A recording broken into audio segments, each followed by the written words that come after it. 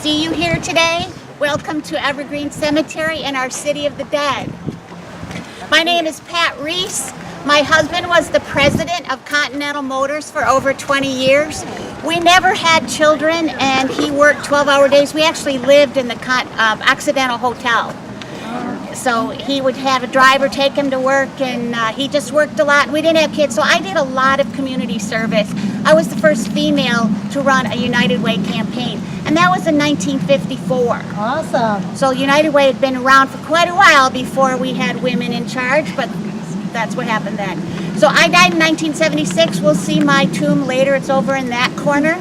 But as I told some of you, I really just didn't want to relive the polyester from the 70s, so 50s is more my favorite era. So Evergreen Cemetery is one of the oldest cemeteries in Muskegon, but it's not the oldest. Before the city was a city, our citizens were buried in what you call downtown. It was the corner of Muskegon and First, where the Mount Zion Church of God Church is. So after that area was getting full, population was getting bigger, and then someone brought up the idea that maybe we shouldn't be burying our dead near our water supply. Major Chauncey Davis donated 10 acres that became the cemetery, and they actually moved people from downtown to out here, and it became a cemetery in 1865, and Major Chauncey Davis was our first mayor in 1870. Let's see what. So I have a few reminders. We will be moving off the paved path. Watch your feet.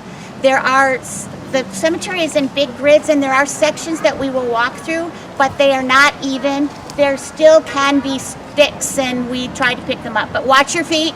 Also watch the corners for headstones. We want everybody to get through this safely. I promise you no one's going to jump out and try to scare you.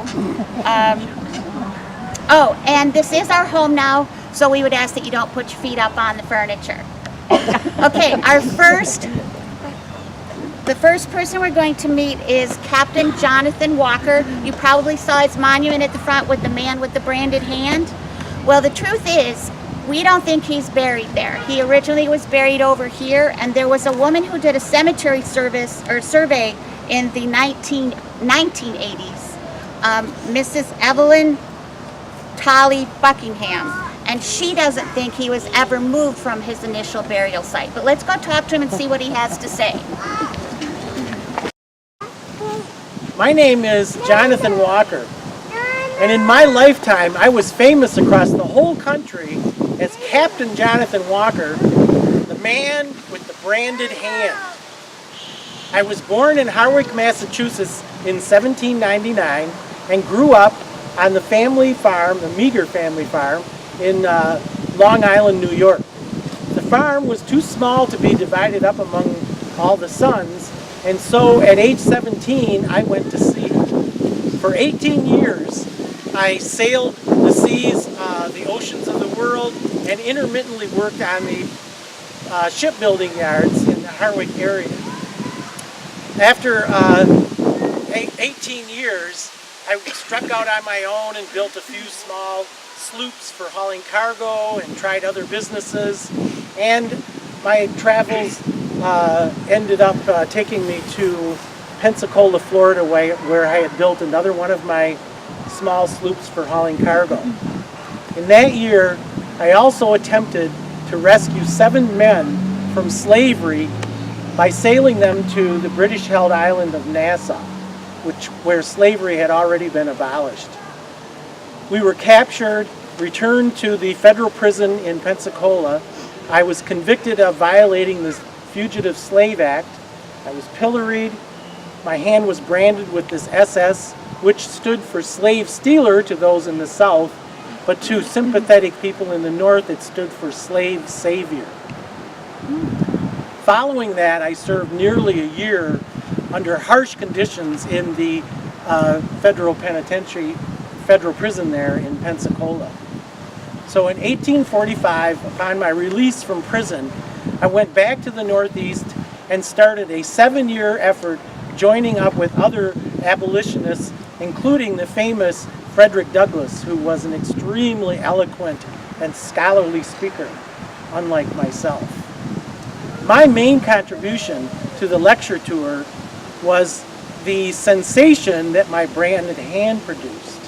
It was more famous than I was. It brought many more people to the lectures. However, it seemed to me quite often that many of the people in the North were more scandalized by this branded hand than they were by descriptions of the uncountable and terrible, terrible evils of slavery of nearly 3 million people in this country at the time. After 7 years, I did some more wandering and eventually ended up moving to Muskegon in 1946, where I purchased some land on Mona Lake and did some fruit farming and vegetable farming. And I was fairly successful until I passed away in 1878. Shortly after my death, I was buried at the Norton Township Cemetery.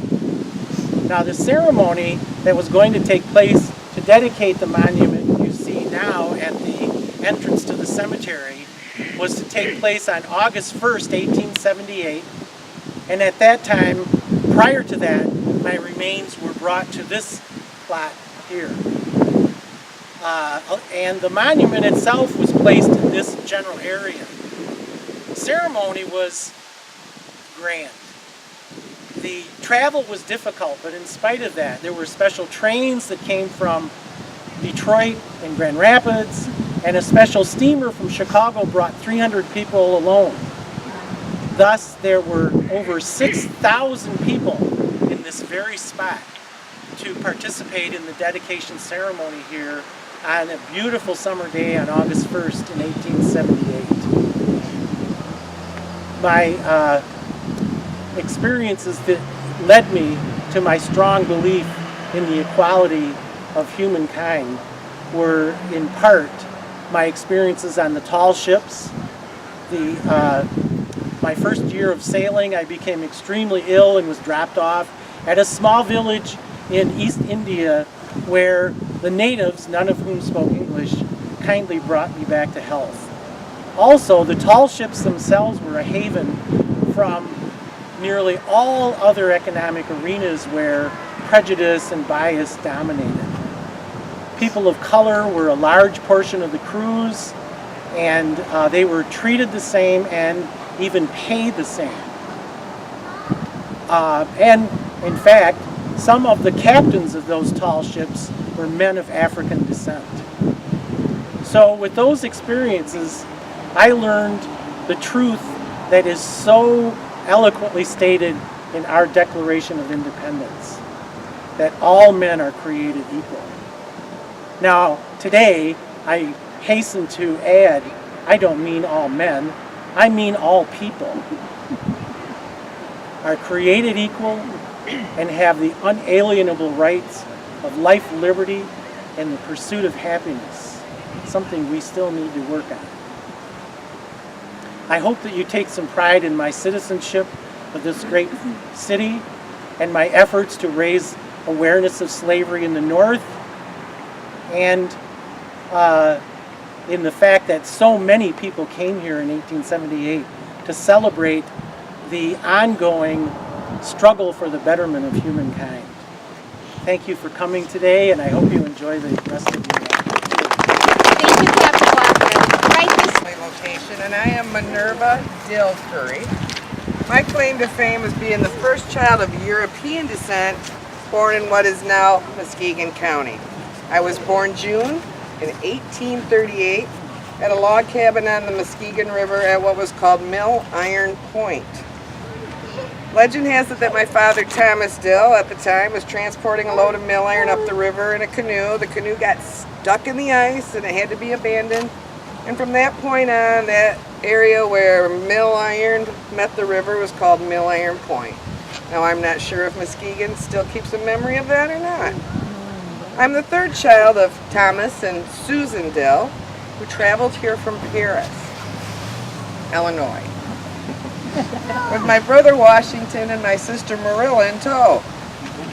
The years of 1836 to 1840 brought a lot of growth and change to the outpost of Muskegon Lake. At Mill Iron Point, my mother Susan boarded 13 men, fed them, did their laundry, and all the work required to keep a household going. We lived among the indigenous people of the land also, which my mother was quite fearful in the beginning, but we did come accustomed to their ways. She offered food and rest, which was not always her idea, but later she started making cakes and treats to keep harmonious relations. When I was born, the indigenous tribe bought food and gifts for the new white-skinned baby. My mother, Susan Dill, was an amazing pioneer woman and was called good woman, splendid wife in their language. I'm sure today women are running everything. In 1840, we moved from the wilderness and into town, and we ran the first hotel and general store called the Muskegon House. It was on First Street, right on the water. The first hooker coasting along the shores of Muskegon Lake rammed right through the window of our store. By the way, a hooker is a small schooner, a sailing vessel. We also lived in Pine and Western and had the first town water pump right in front of our home. Now this pump was a great convenience, and this was for everyone to use. In the late 1840s, when I was 6, the family moved again to the shores of Mona Lake, where my father began building a lumber mill. He did sell that unfinished in 1850. But during that time, I lived in town with the Ryerson family, which I loved. This allowed me to attend the first school formed here in Muskegon, and I was very lucky to be one of the scholars. I even remember my first teacher, Miss Mary Sinclair. There were many suitors that sought after me. There were not many attractive and educated women here at that time. And the man who won my heart was Canadian John Curry, and he was an early stagecoach driver. Now don't be thinking these were any fancy Cinderella stagecoaches. They were basically buckboards. The travel was long, the roads were horrible, and it was very uncomfortable. Mrs. Ambrosia Sanford, who you'll hear about, was a passenger on some of these journeys. Later, John settled down and he made a living as a millwright. I married John at the age of 17, and it was April of 1855, and John and I had 8 children. However, John and I outlived the majority of our children. My first son, George, died the year he was born. My second son, Frank, married, had children, and he did outlive me. My third child was a daughter, and her name was Mary. And she went on and married Charles Ritter. She did outlive me, had a family and children, and she lays to rest right here. My fourth child was Archibald. He died the year he was born. Fifth child was a girl named Alice. She died at the age of 14. I had a son, Harriet, and he died at age 2. My next child was Minnie. She died when she was born. And my last child, 8th child, was Fred, and he died at the age of 20. He served in the Spanish-American War, and he died in New York. And he is laid to rest also here at Evergreen Cemetery, and that is his stone. John and I lived 40 years on West Western between Terrace and Jefferson. My husband John died in 1903, and myself New Year's Day 1913 at the home of my daughter Mary. Now my mother's obituary, Susan Dill, was not quite so accurate, however. It states that Susan Dill died in the home of Mrs. Emile Penny. And that is not true. She died in the home of Mrs. Abram Penny. And how I know this is because in real life, I am Kim Penny. And Mrs. Abram Penny, whose first name was Amanda, is my youngest sister and the last child of Thomas and Susan Dill. So Abram and Amanda Penny are my great, great, great aunt and uncle, and that's the truth. Thank you.